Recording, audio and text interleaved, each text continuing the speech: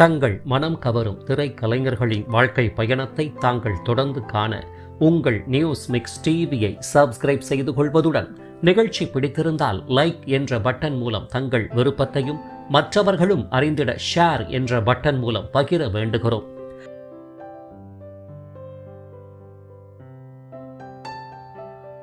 News mix TV தங்கள் அனைவரையும் அன்புடன் வரவேற்கிறது.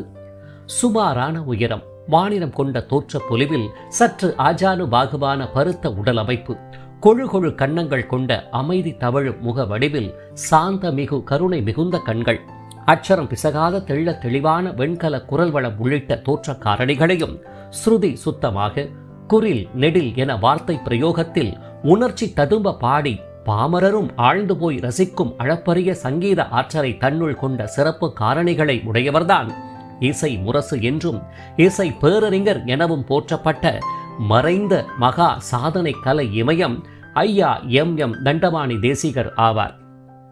தேவாரம், திருவாசகம், திருமந்திரம் எனும் திருமறை பதிகங்களை ஆலயங்களில் பாடும் ஓதுவாராக நிலைபெற்று கால ஓட்டத்தால் தனது நுட்பமான கலை ஞானத்தால் இசை ஆசிரியராக வளர்ந்து பல்கலைக்கழகத்தில் இசைத்துறை தலைவராக பணி செய்து தமிழிசை காவலராக உயர்வு பெற்றவர். சமஸ்கிருத கீர்த்தனைகள் உச்சம் பெற்ற வேளையில் தமிழிசையை வானுயர ஏற்றி வைத்த இசை போராளி. என்னப்பன் அல்லவா, என் தாயும் அல்லவா பாடல் புகழின் பிரபல பாடகர் மட்டுமின்றி நந்தனார் கதாபாத்திரத்தை கண்முன் கொண்டு வந்தவர். இவ்வாறு சொல்லிக் கொண்டே போகும் அளவுக்கு எண்ணற்ற சிறப்புகளை தன்னுள் கொண்டவரான ஐயா எம் தண்டபாணி தேசிகரின் பிறப்பு, குடும்ப பின்னணி, ஆன்மீக மற்றும் கலைத்துறை பயணம், முத்திரை பதித்த திரைப்படங்கள் மற்றும் பாடல்கள், தமிழில் அவர் அமர்ந்து பாடிய இடத்தை தண்ணீர் ஊற்றி கழுவிய நிகழ்வு, சங்கீத உலகத்திற்கு ஆற்றிய அரும்பெரும் பணிகள், யாரை மனம் புரிந்து கொண்டார், இல்லற வாழ்வு, எதனால் எப்படி மறைந்தார் உள்ளிட்ட பலரும் அறியாத அரிய பல தகவல்கள் நிறைந்த நினைவலைகள் போற்றும் சிறப்பு வாழ்க்கை பயணத்தை தற்போது விரிவாக காண்போம்.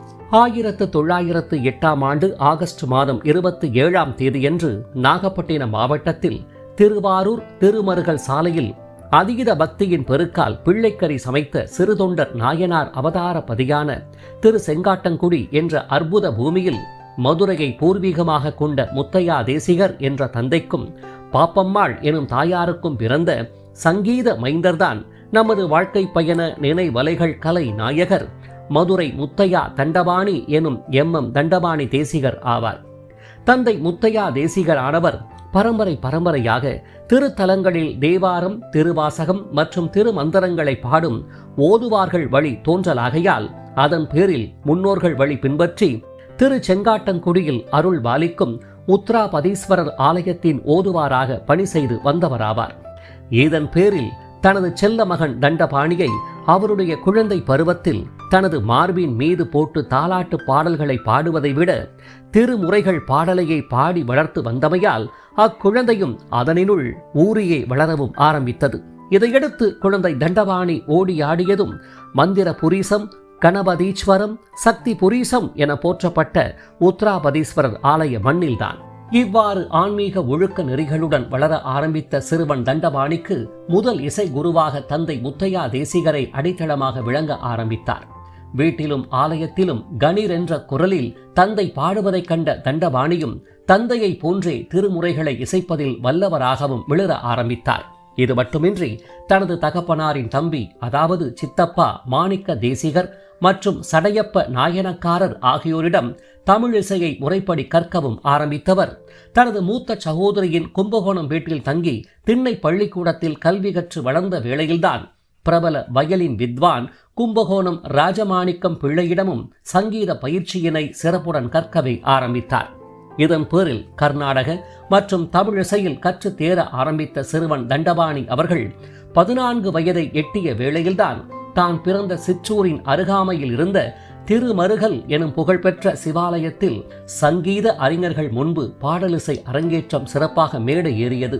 சிறுவன் தண்டபாணியின் இசைத்திறனை கண்டு வியந்த பலரும் பாராட்டு தெரிவித்ததுடன் அவ்வேளையின் பெரும் தொகையான 5 ரூபாய் சன்மானத்தையும் வழங்கி வாழ்த்தினர். இவ்வாறு சங்கீதவானின் இளவரசராக வளர ஆரம்பித்த தண்டபாணி அவர்கள் தந்தை முத்தையா தேசிகர் போல சிவாலயங்களில் திருப்பதிகங்களை ஓதி வந்த நிலையில் 18 வயதை எட்டிய போது மதுரையில் இயங்கி வந்த ஒக்கூர் லக்ஷ்மண செட்டியாரின் தேவார பாடசாலையில் இசை ஆசிரியராக பணி செய்ய வாய்ப்பும் கிட்டியது. இதன் பேரில் சங்கம் வளர்த்த தமிழ் மன்னாம் மதுரை மாநகருக்கு வந்த தண்டபாணி தேசிகர் ஆனவர் அப்பணியை சிறப்பாக செய்து வந்த வேளையில்தான் இசை மீது கொண்ட பேரார்வத்தின் காரணமாக தான் செய்த ஆராய்ச்சியின் விளைவாக தமிழ் பண்ணிற்கும் கர்நாடக இசைக்கும் வேர்கள் ஒன்றே எனும் உண்மையை கண்டறிந்தார். இதன் பேரில் ஆழமாக ஆராய்ந்து வந்தவர் சில பாடல்களையும் இயற்றி பாடியும் வந்தார்.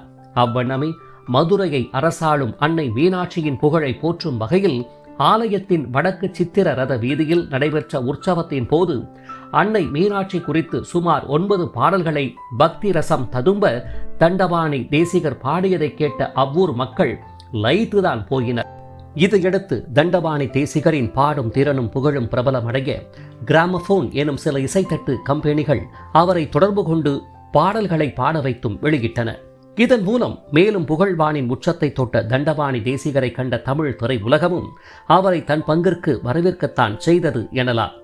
இதன் அடிப்படையில் 1936 வேல் பிக்சர்ஸ் தயாரிப்பில் டி.சி. வடிவேலு நாயக்கர் கதை வசனம் மற்றும் இயக்கத்தில் திருவெண்காடர் எனும் பட்டினத்து அடிகளின் வாழ்க்கையை மையப்படுத்தி எடுக்கப்பட்ட பட்டினத்தார் என்ற திரைப்படத்தின் வாயிலாக பட்டினத்தாரின் கதாபாத்திரத்தை ஏற்று முதலில் தமிழ் திரை உலகில் கால் பதித்தார் தண்டபாணி தேசிகர் அவர்கள். பட்டினத்தார் பாடிய பாடல்களிலிருந்து 52 பாடல்கள் தேர்வு செய்யப்பட்டு கோபால் சர்மா இசையில் ஒலிப்பதிவு செய்யப்பட்ட வேளையில் சுமார் 40க்கும் மேற்பட்ட பாடல்களை தண்டபாணி தேசிகரை பாடியும் நடித்தார். 25 வாரங்கள் திரையரங்குகளில் ஓடி மாபெரும் வெற்றிகளையும் வசூல் சாதனைகளையும் பட்டினத்தார் திரைப்படம் படைத்திட்ட வேளையில் திரைப்படத்தின் கதையின் தாக்கம் பலரின் வாழ்க்கையையும் மாற்றித்தான் போட்டது எனலாம்.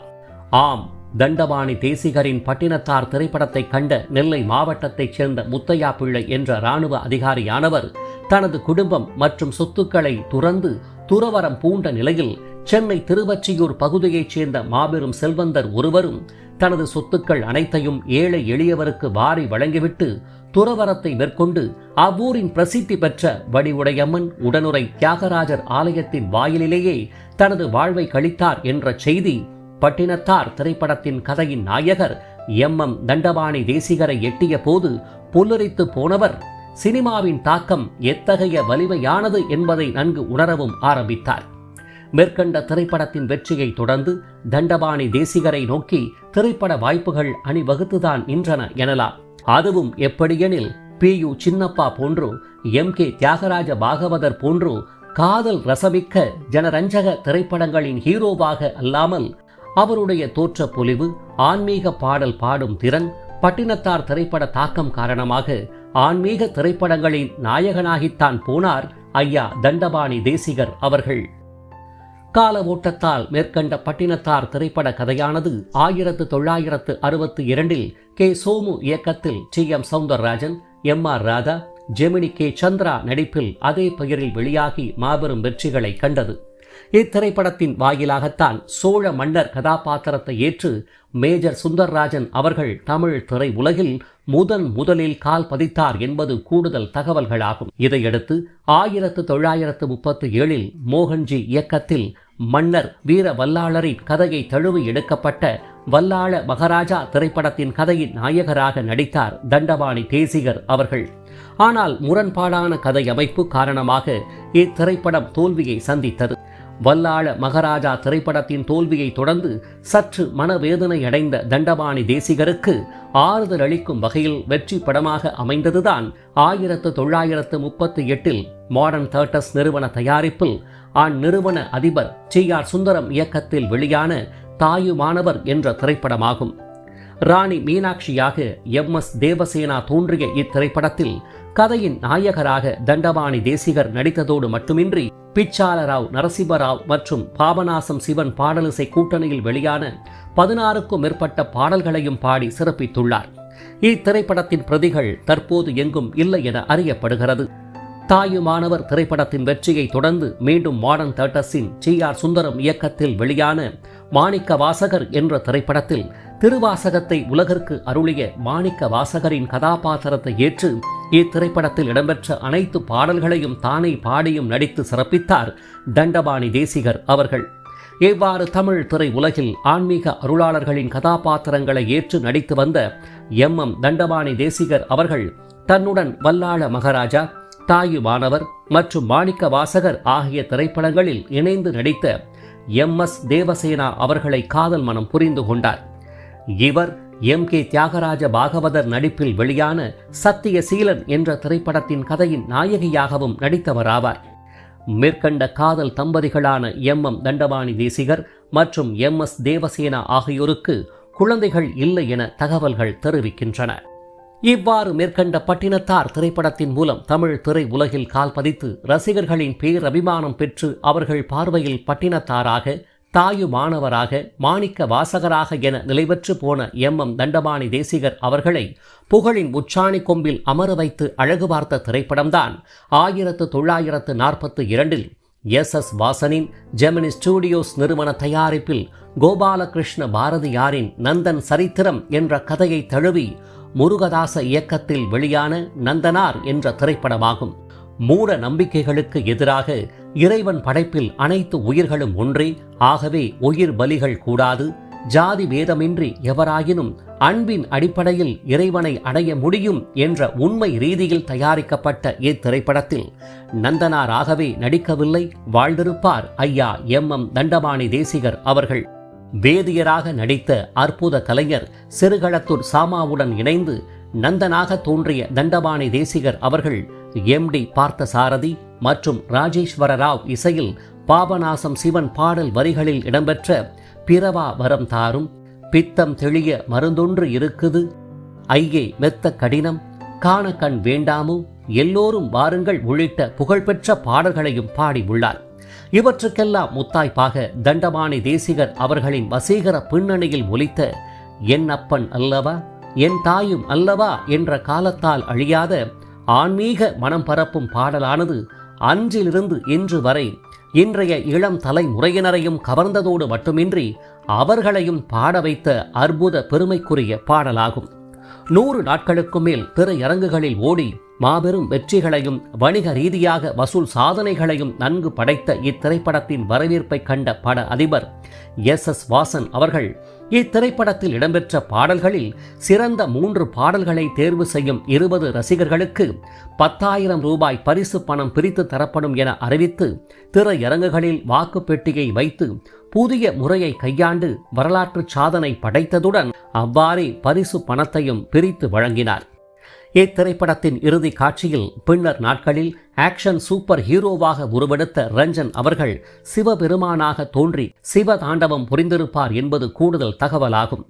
எம்.கே. தியாகராஜ பாகவதர், பி.யு. சின்னப்பா போன்ற அவ்வேளைய சூப்பர் ஸ்டார்களுக்கு இணையாக புகழ் பெற்ற தண்டபாணி தேசிகர் அவர்கள் 1948 வெளியான திருமழிசை ஆழ்வார் என்ற திரைப்படத்துடன் தனது நடிப்பிற்கு விடை கொடுத்த நிலையில் 1951 பேரறிஞர் அண்ணாவின் கதை வசனத்தில் பா. நீலகண்டன் இயக்கத்தில் வெளியான ஓர் இரவு என்ற திரைப்படத்தில் ஆர். சுதர்சனம் இசையில் பாவேந்தர் பாரதிதாசன் பாடல் வரிகளில் இடம்பெற்ற துன்பம் நேர்கையில் யாழெழுத்து நீ இன்பம் சேர்க்க மாட்டாயா என்ற எவர் கிரீன் பாடலுக்கு மட்டும் இசையமைத்து பாடிய சிறப்புக்குரியவர் மட்டுமின்றி சிவாஜி கணேசன் நடிப்பில் வெளியான முதல் தேதி என்ற திரைப்படத்தில் டி.ஜி. லிங்கப்பா, கே.டி. சந்தானம் பாடலிசை கூட்டணியில் வெளியான ஏன் படைத்தாய் இறைவா மற்றும் துன்பம் வரும்போது நகைத்திடுவாய் உள்ளிட்ட பாடல்களையும் பாடியுள்ளார். இசையமைப்பாளர் எஸ்.வி. வெங்கட்ராமன் இசையில் எண்ணற்ற பாடல்களை பாடி வந்த தண்டபாணி தேசிகர் அவர்கள் பாடிய ஜெக ஜனனி, சுகவாகினி கல்யாணி, சிவலோக நாதனை கண்டு, தில்லை என்றொரு தலம் இருக்குதாம் மற்றும் தாமரை பூத்த தடாகமடி உள்ளிட்ட பாடல்கள் வெகு பிரபலமாகும்.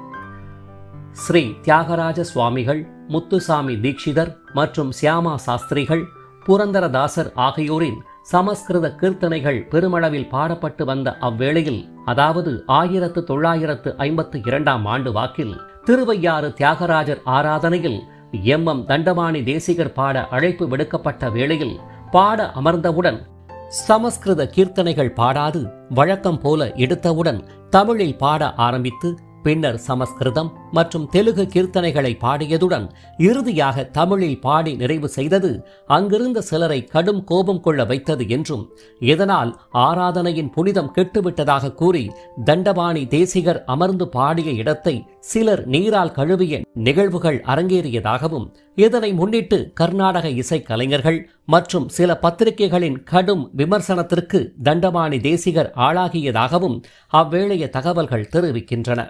இதனைக் கண்டு துளியும் வருந்தாத தண்டபாணி தேசிகர் அவர்கள் தமிழிசை பாடல்கள் பாடுவதையே பெரிதளவில் விரும்பினார் எனவும் கூடுதல் தகவல்களும் உண்டு.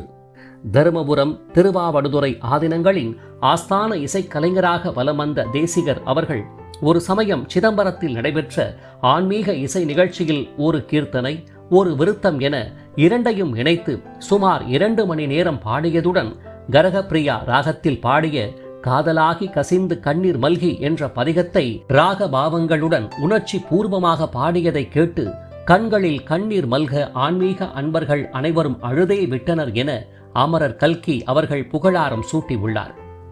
தமிழிசைக்காக பாடுபட்ட ராஜா சர் அண்ணாமலை செட்டியாரின் பல்கலைக்கழகத்தின் இசைத்துறையில் சுமார் 15 ஆண்டுகள் தலைவர் பொறுப்பை ஏற்று சிறப்பித்த தண்டபாணி தேசிகர் அவர்கள் தன்னுடைய கட்டுரைகள், சொற்பொழிவுகளை தமிழிசை கட்டுரைகள் என்ற தலைப்பில் இசைத்தமிழ் பாமாலை ஒன்றையும் வெளியிட்டுள்ளார்.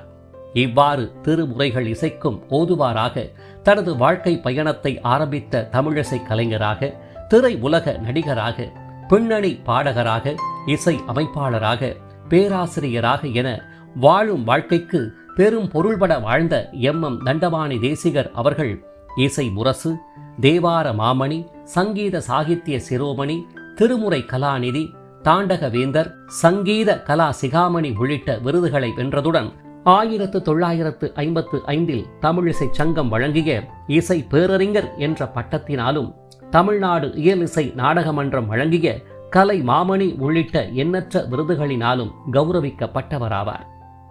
இப்பேற்பட்ட சிறப்புகளையும் உயரிய விருதுகளையும் வென்ற ஐயா எம் தண்டபாணி தேசிகர் அவர்கள் இறுதி வரை ஒழுக்க நெறிகளுடன் அனைவருக்கும் எடுத்துக்காட்டாக ஆன்மீக வழியில் வாழ்ந்து வந்த வேளையில் 1972 ஆண்டு ஜூன் மாதம் 6ஆம் தேதியன்று தன்னுடைய 64ஆம் வயதில் இப்புவி உலக வாழ்விலிருந்து முற்றிலும் விடைபெற்று விண்ணுலகத்தில் தமிழிசை பண்பாட சென்று விட்டார். இவ்வாறு தனது அற்புத குரல் வளத்தாலும் நந்தனார் எனும் எவர்கிரீன் திரைப்புகழ் நந்தனாராகவும் ரசிகர்கள் மனதில் பேரிடம் பிடித்த தமிழிசை இசை போராளி ஐயா எம் தண்டபாணி தேசிகர் அவர்கள் மறைந்தாலும் அவருடைய படைப்புகள் மூலமாக என்றென்றும் மறையாது வாழ்ந்து வருகிறார் என்பது நிதர்சனமான உண்மையாகும். இவரை போன்ற மனம் கவர் சாதனையாளர்களின் வாழ்க்கை பயணத்தை தாங்கள் தொடர்ந்து காண உங்கள் நியூஸ் மிக்ஸ் டிவியை சப்ஸ்கிரைப் செய்து கொள்வதுடன் பின்னர் வரும் பெல் பட்டனில் உள்ள ஆல் என்ற எழுத்தை தெரிவு செய்து கொண்டு தங்களின் விருப்பத்தை லைக் என்ற குறியீடு மூலமாகவும் கருத்துக்களை கமெண்ட் பாக்ஸ் வாயிலாகவும் பகிர வேண்டுகிறோம். காத்திருங்கள் மற்றும் ஒரு வாழ்க்கை பயணத்திற்கு. அதுவரை இணைந்திருங்கள் உங்கள் நியூஸ் மிக்ஸ் டிவியுடன். நன்றி.